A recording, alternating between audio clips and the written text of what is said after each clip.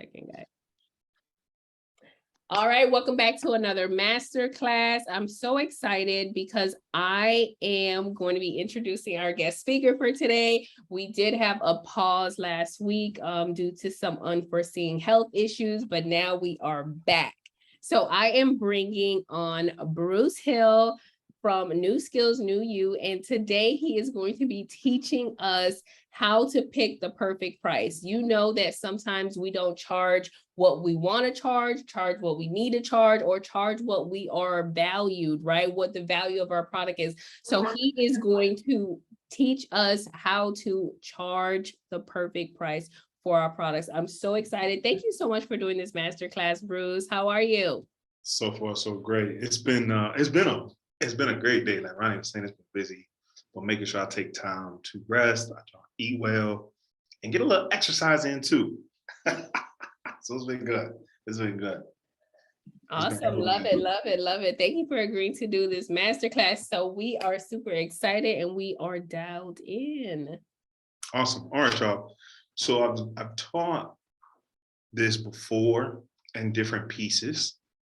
So you guys are actually going to help me build the slides for this. I see Kayla's got her pen and paper. Ronnie, you got your pen and paper? Linda, you got your pen and paper? Yeah, I got it. Beautiful, beautiful, beautiful. Now, Ronnie, I heard you work for the government. Do you have, are you an entrepreneur? Part-time, half-time, sometime? Okay, so what I was trying to do is like do it via social media, but when I started coming to this class, I found out that there were other ways that I can make money that are more hands-off. So that's really why I come here, to gain more knowledge. But as far as specifically what I want to do, no, I did have a business of doing makeup, but once I got in my career more, that was through college. Once I got in my career more, I kind of put that on the back burner. All right, thank you. Linda, what about you? Entrepreneur, full-time, sometime, part-time?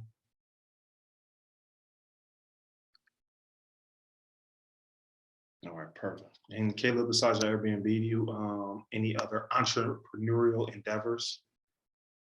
Yep. So I'm working towards eventually having my own elder care service. So in October, I'll start a class for RN and CEO to kind of help grow in that aspect in healthcare. perfect. So then what we'll do is we'll focus more on psychology versus on strategy. This is generally taught towards service-based businesses, but it applies to your career as well. So the first concept, hold on, let me share my screen, please. Okay. Just pick a nice purple presentation. I like purple, right? It's a good color. All right. So when we talk about picking the perfect price, hosted by yours truly, New Skills, New You. And what I've learned, I actually learned this from when I used to sell software.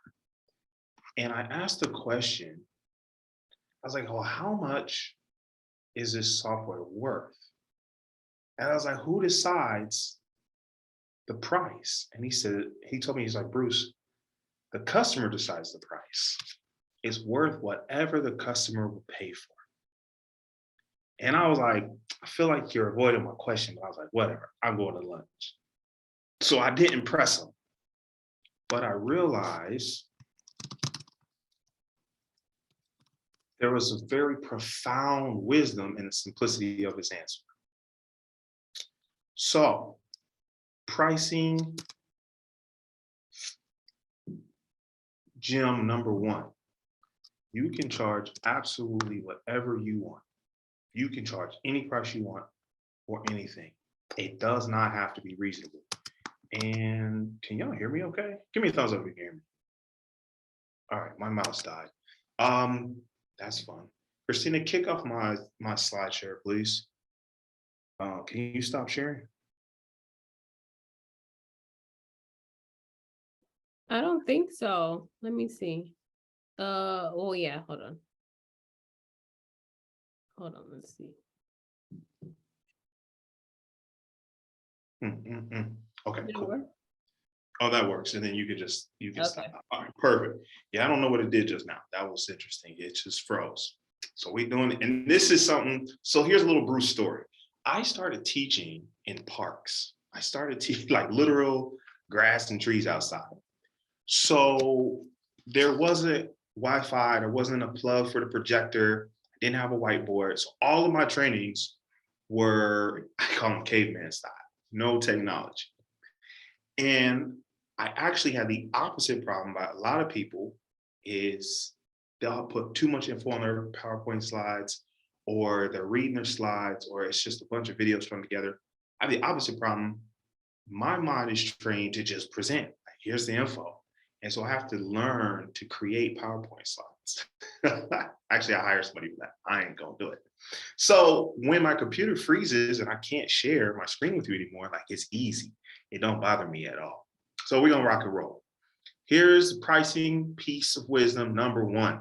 You can charge absolutely any price you want for anything. Absolutely any price. There is someone somewhere willing to pay your price, no matter how ridiculous it seems.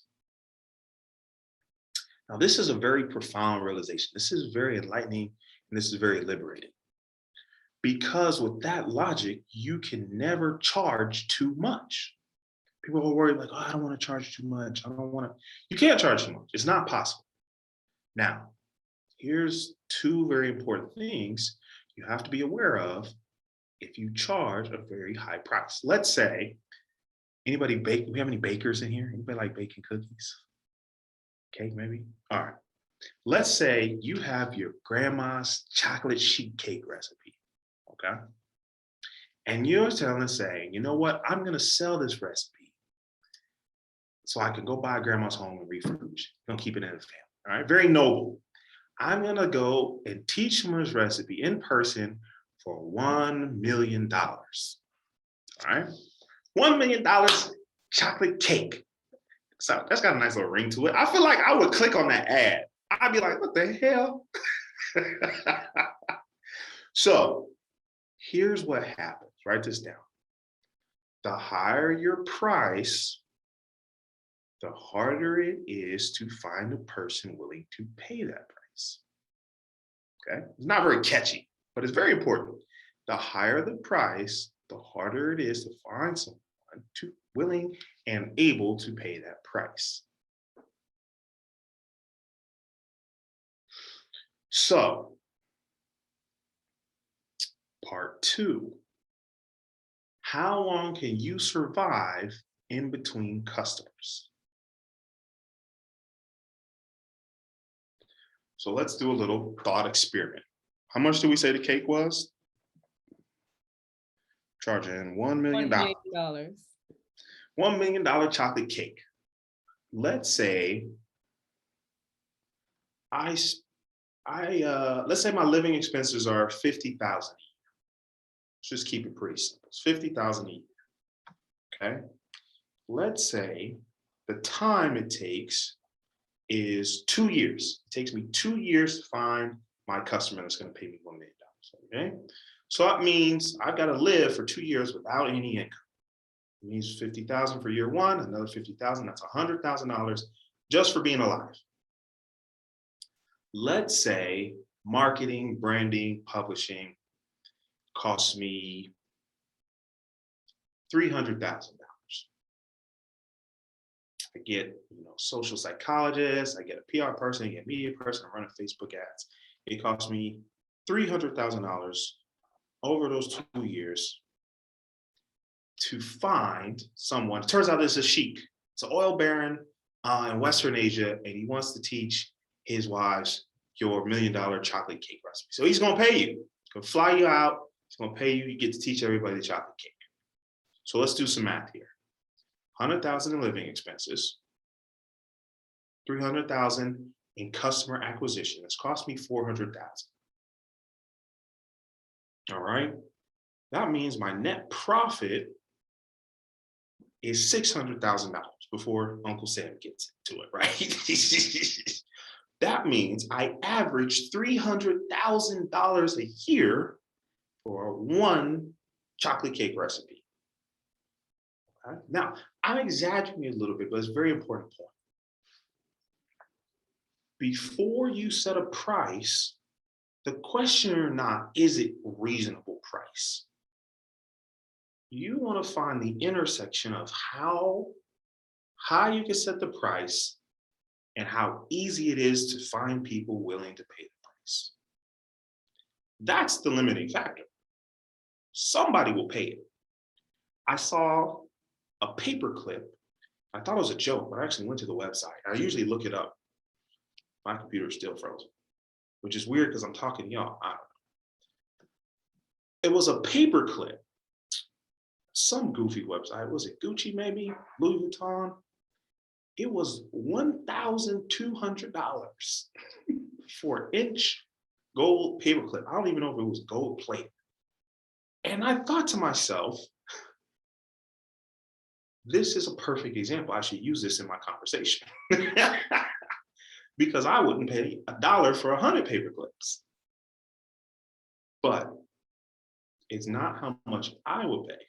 It's how much the customer would pay and how long, how much it would cost me to find that customer. All right, so let's pause right there. Questions, comments, concerns? Beautiful. One great quote is by Dan Kennedy. He said, there's no benefit in being the least expensive in a market because you'll always be the second place.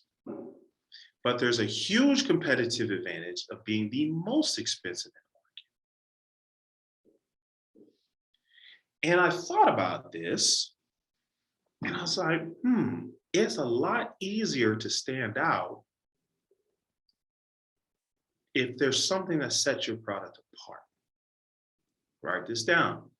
Premium prices attract premium customers. Premium prices attract premium customers. Now, I like high ticket. I do high ticket. Sell high ticket. That's all I talk about. I found though, there is a strategy for doing low ticket, high volume. And I actually heard this on the Social Proof podcast. I gotta look this up. You can do low ticket, high volume, or you can do high ticket, low volume. It's very difficult to do high ticket, high volume. It's not impossible, but it's unlikely. Like as a realtor, that's a high ticket item. You're very rarely going to sell more than one house to a person, right? Maybe every now and then someone buys 2 houses. I'm sure it happens. Most of the time, somebody buys 1 house. But when we talk about low ticket, let's use literal tickets. Let's use movie tickets. You take the family out, right? You get one for you, one for the partner, you one for the kiddos. You might buy 4 or 5 tickets all at once. That's a low ticket, high volume. And so I've started working on doing a combination of both. There isn't a right or wrong on this. It's a matter of which strategy you choose. And it also depends on the customer you're serving. So let's say my customer is, what do they call those? Re-entry. They just got out of prison. It probably wouldn't be a good idea to try and sell them a high ticket program. They don't have any income. The credit's probably shot to hell. They haven't paid anything for months or years. So the second thing we need to look about pricing is who is it for? Who is it for? And that's so simple. But you would have a very difficult time selling me a hairbrush, right? Locks in my hair, just really probably wouldn't. But you might have a better time selling me shampoo. So it's just the same, it's the same question we ask, hey, who is this product or service for? Who is this price for? So now I want to consider the type of people I want to work with and how many people I want to work with. If I'm selling a digital product, I can afford to sell it at a lower price because there's no inventory, there's no shipping. Um, Really, if you've got an email address, you can distribute it. I recommend using something like Bonza or Samcart to make that automatic. Even then, we're talking $99. So that can be a low ticket, high volume. Now, let's say you do a group coaching program. So like me, I do the sales success system. It's a 10-week program to help you with more sales for your business and success in your life. That requires my time and attention. I've got to show up once a week. I've got to answer questions throughout the week and support them. That's going to be a high ticket because I realize the transformation is greater for your life, for your business, and the time investment on my part is greater versus a movie ticket. What is it, 90 minutes? 2 hours these days. They make long movies these days, right? So yes, it's $15, fine. So after we say, hey, I have a price that I want to hit, we want to reverse engineer it, say, who is this for? Can they afford to pay it? Can they afford to pay it? Now, this is a catch-22 because again, and this is why I start here, $1 million for chocolate cake is unreasonable. But when we come to step 2, we say, who is this for? We know it's for someone who's independently wealthy, that has huge amounts of discretionary fund, that values privacy and a custom, personalized, catered experience. So we decide who it's for, and then they tell us how much they're willing to pay. A lot of times I've seen people talk themselves out of how much it is because they assume that, oh, they can't afford that. They project their limiting beliefs on their potential customer. Perfect example, I used to sell home alarms. So we drove all the way out, all the way, I was like a 90-minute drive. And they had this huge property, so we had to do like a whole circuit deal, da, da, da, da. And it was pretty expensive. So I said, hey, y'all, to do what you want, so you don't have to worry about your property, all your little toys and go-karts and four-wheelers. It's going to cost you $1,200. And I looked at the husband, I looked at the wife, I was like, who's paying? And then my supervisor was with me shadowing, and he opened his mouth to give him a discount and punched him in the ribs. I was like, I ain't driving 90 minutes to get no discounts. And so I was like, sorry about that, miscommunication. So it's $1,200. Who's paying it? And he was like, honey, go get my credit card. They went, shoo. We had it installed the next day. I didn't assume how much they could spend. You let the customer tell you how much they can spend. If you want cheap customers, you can have cheap prices, give discounts all the time. That's fine. I personally hate dealing with cheap customers. That's why I like working with Christina. She has a wealth mindset. She knows the value of investing in yourself. She knows that the transformation is much more valuable than the cost. So number 1, you can set any price you want. Number 2, what or who is this for? Who is this for? And then number 3 is value over cost. Value over cost. And this is another reason I like high ticket, and this is why I created this for service-based businesses. People generally don't make decisions based on the dollar amount.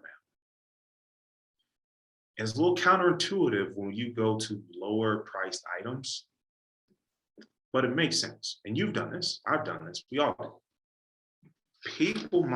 People purchase with emotion and then they justify with logic, okay?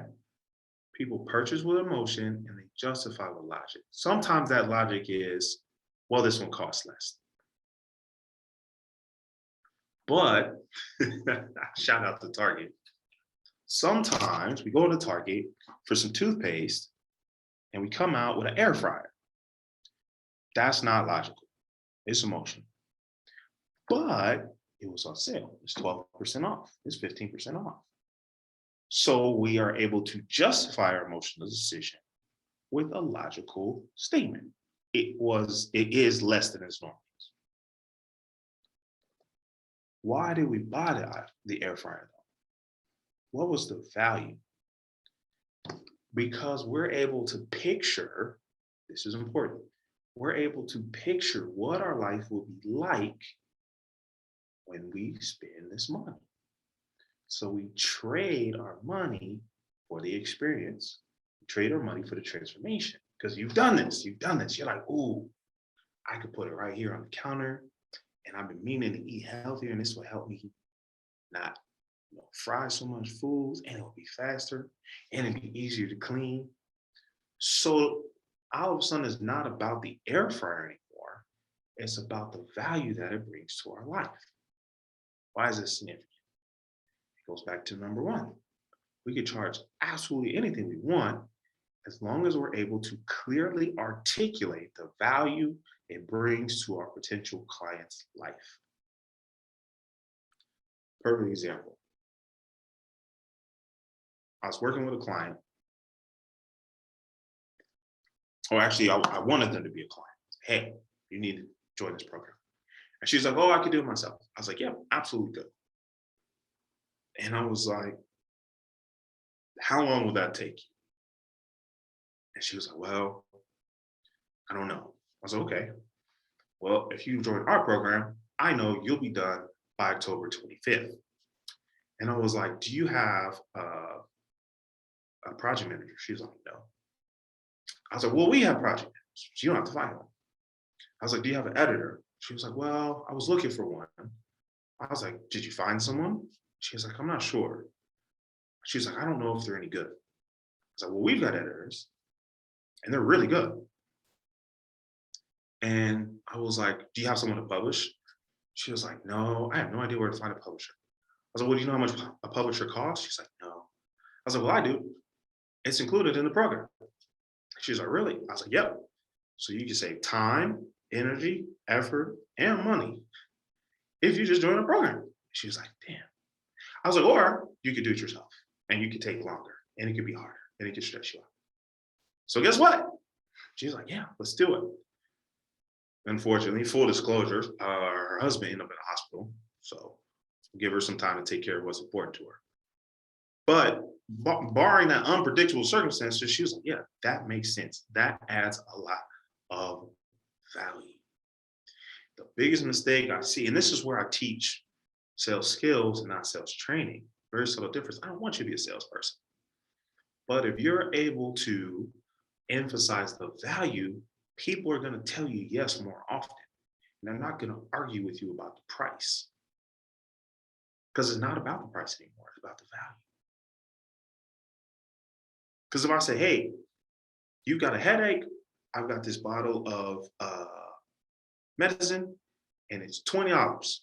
And I got this bottle of medicine and it's $5. Which one should you get? Well, I guess I'll get the one that's $5. You're like, okay, wait, before you check out, this one takes an hour to start working and it lasts for like 10 minutes. You're like, what? But it's only $5. You're like, but this one is $20, but it takes 5 minutes to start working and it'll last for 2 to 3 hours. I might buy 2 bottles of that, right? Now it's not about the cost, it's about the value. So I actually teach part of the sales success system. There's a section just on asking better questions. And the whole purpose of that is to understand what are the customer's values. And what happens, one of two things happen. You're like, well, look, I can't help you with that. You need to, move a house to an LLC. I can't help you with that. I know someone who can, so I go refer them out. But if I was talking to someone this morning, and she's a new entrepreneur, and she's like, man, I need to raise my prices. I'm doing a lot of work. I'm not getting a lot of money.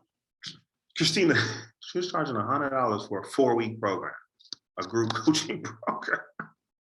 I was like, oh no. I was like, no,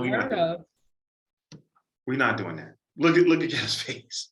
We're not doing it. She's a newbie. I didn't beat her up too much. I was like, all right, so here's what we're gonna do. It's like, you're gonna join the sales success system. And at the end, you're going to confidently raise your prices. And more people are gonna say yes. And she was like, that sounds good.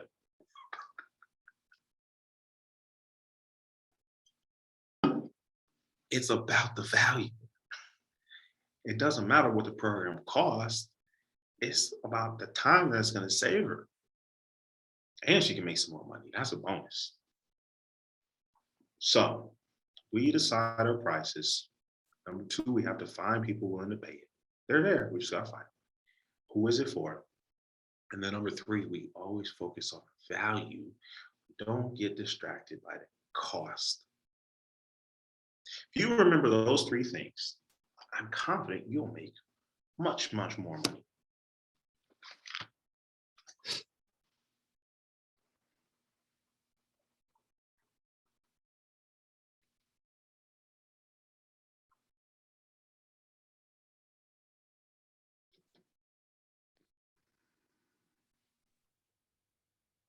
Go ahead, Ronnie. You got a question? Yeah, I have a question. So I get you say this is like service oriented. So what if I was a person like, because my thing that I'm kind of thinking about getting into is like selling hats. Mhm. What about in that aspect? How can I show that this hat would bring more value to your life at this price that I want to set it at? Mhm, mhm. So this goes back to number two. Who is it for? So my kind of marketed audience would be like people in my age range, which I'm gonna say like maybe the college students, probably like the area of 18 to like 25, maybe older. It depends on if they like being fashionable or not. But have you seen kind of like those, I guess they call them like the trucker hats? Mhm. Yeah, I kind of want to get into that, but also other hats as well, because I realize if I'm going to be in business with something, I feel like I should have some passion behind it. And one thing I like is collecting hats. So I Mhm. feel like if I like collecting hats, why not put myself in a position to make money off of selling them? Mhm. Because maybe other people will like these too. So I was trying to figure out how can I make a product, and even though it's something like clothing or accessories, seem, like it's of value.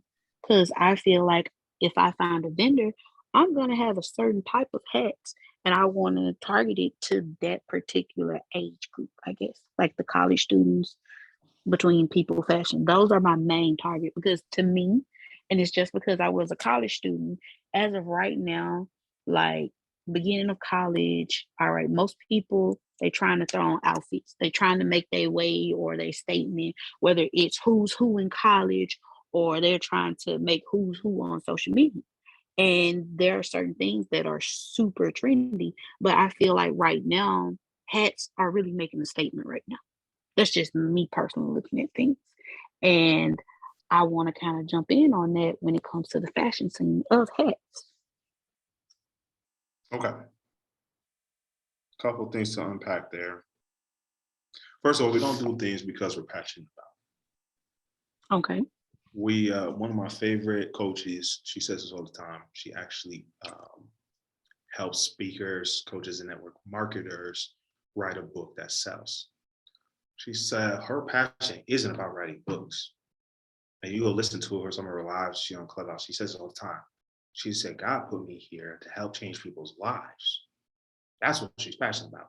How she does that is through creating authors and helping them tell their story. This is a very, very subtle distinction because as you grow older, you'll find out what you do changes. Why you do it may never change. Okay. So let's use my dad.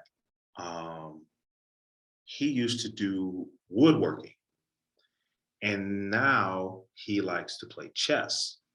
And I realized those felt very far apart, but I realized he likes the mental challenge, and the attention to detail.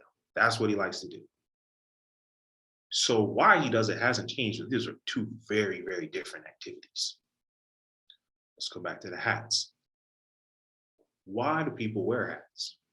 They want to express themselves, they want to be unique, they want to make a fashion statement. That's where you can focus on. That's where you can leverage the identity of that age group. Now, commodities are tough because it's very easy to compare them. It's very easy to compare, like, perfect example, if this Tylenol acts in 50 minutes and lasts for an hour, and that Tylenol acts in an hour and lasts for 50 minutes, it's really just a flip of a coin on which one I choose. So it's another reason I said a commodity. Now, I'm not telling you not to. I just want you to be prepared so you can overcome this ahead of time. So you have to figure out a way where people can't compare it. And that's what I love the sales success system, because it's not a sales training, it's personal professional development. And I haven't seen anyone combine those two. It's either or, it's sales training, it's executive coaching. There's a little bit, we do a section on effective speaking, so you can communicate your business and brand identities clearly and articulately, right? And so this combination makes it impossible to compare to others. So I can set whatever price I want. With the hat, at the end of the day, they're 50 cents for the raw hat, and then however much to stitch and embroider it. So there is a minimum cost to that. And I talked about this during my webinar. Is that link live? Let me see if the computer will act up and let me get it to y'all. Nope, still frozen. That's crazy. So in the webinar, I talk about the minimum price you want to set for anything is the cost to acquire those goods or services.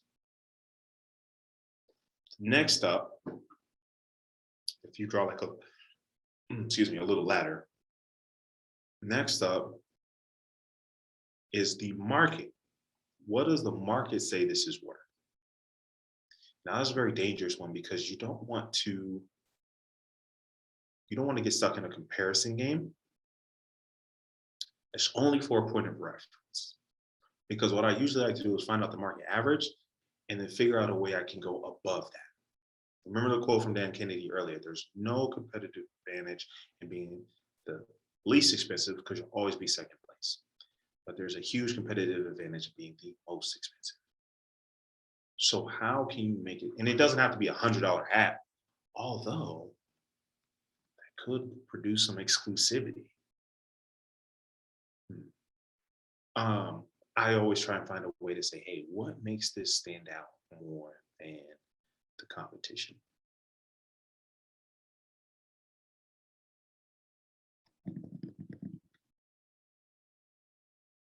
And then always remember how I'm going to find the people that this is for. I think I covered everything. Did I answer your question? Yes, you did. Thank you so much. You're I welcome. appreciate it. I have a question. Yes, ma'am. So is there any competitive advantage in being in the middle versus like not being the cheapest, not being the most expensive, but just being where everyone else is being? Yeah, no. They say if you on this side of the road or that side of the road, you're fine. If you're in the middle, you can get run over. Oh my goodness. Okay. Little country wisdom for you there. I can see that. You don't get hit on the other side of the road. You only get hit in the middle. Okay.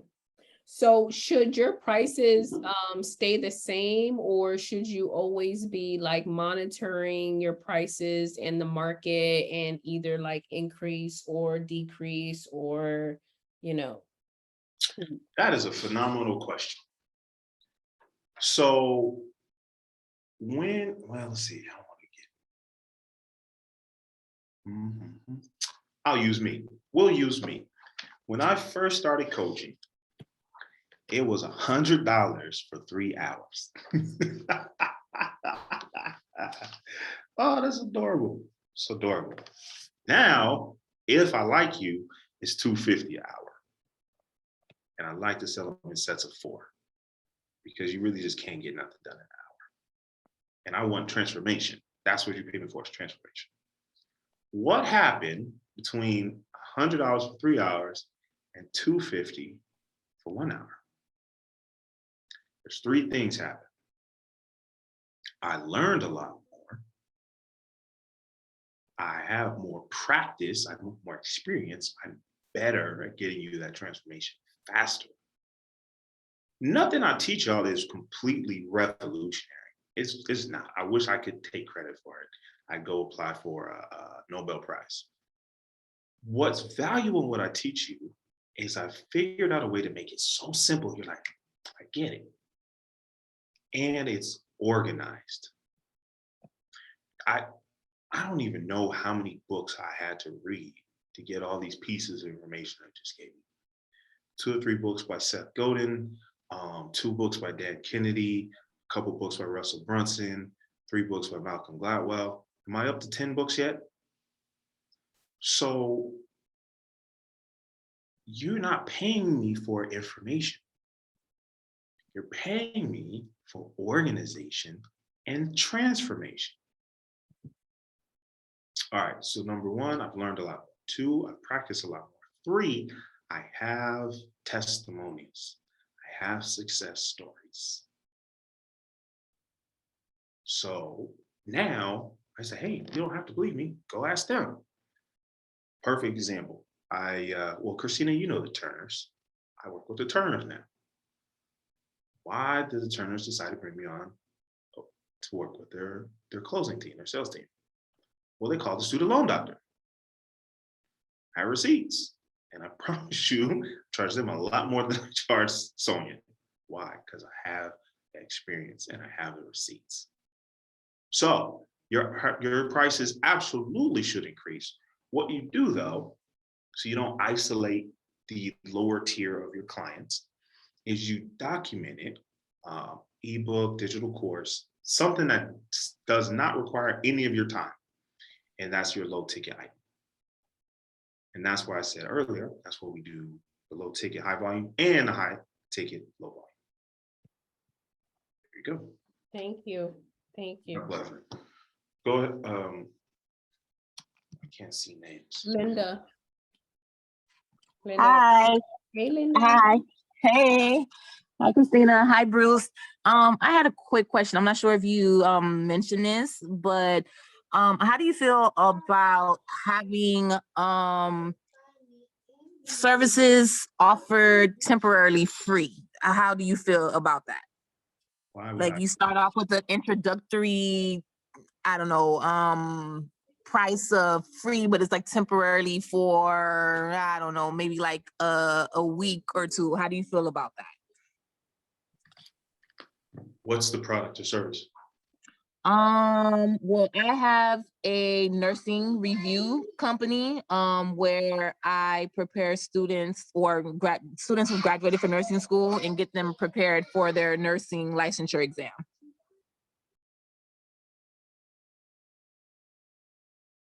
Have you ever purchased a car before? Yes. How long did they let you test drive it? Few, like a few minutes or so. You know what it does. You already know what the outcome is. So I might offer a discounted price in exchange for testimonials, but I'm not a fan of doing things for free. Just not a fan. Do you want your nursing licensure or not?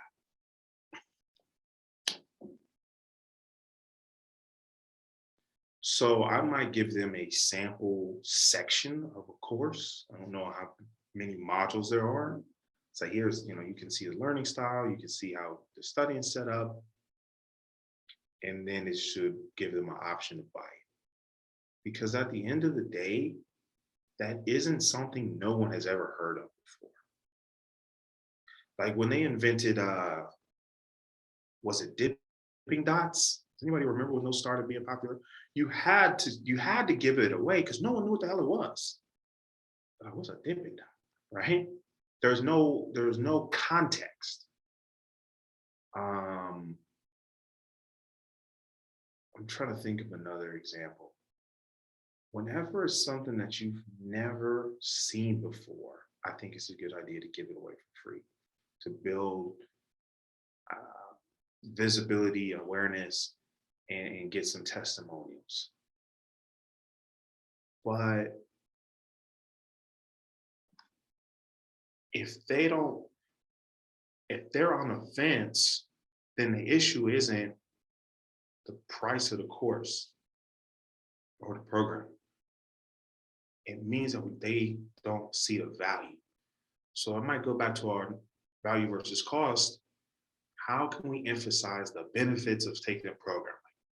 Percentage of people that pass after they complete it. Is it shorter than some of the other ones? You know, you can get it done in just 30 minutes a night or 2 weeks. Like, I would spend more time focusing on the value adds and a problem it solves than just giving it away for free. Okay, thank you so much. Good luck. All right, I gotta bounce. I gotta go teach another class, drop some more gems. Thank you so much, Bruce. We really appreciate you being here and pouring into the community. Thank you, thank you, thank you so much. And so I wanted to let you guys know that we have our new book for the book club. So here it is. Ooh, what are we reading? Ooh, that's good. Emotional Intelligence 2.0. So I will be sending out a mass text about that, but go ahead and order it so that on Monday we can hit the ground running with Emotional Intelligence. This is a really good book. I personally have never read it, but the reviews are phenomenal. So I'm excited to get into it. Has anybody read the book? Yep. Yes, you have? Okay, awesome. So, so we're going to be diving into that on Monday. I'm super excited. So anyways, you guys have a phenomenal week. Thank you so much for joining us. Thank you so much for learning and having that personal development and sharing your wins with us. We absolutely love you, and we will see you on Monday. Thanks for Thank having us. you. Appreciate you. Bye. You're welcome. Let me Bye. get that recording, Christine. Thank you. Okay.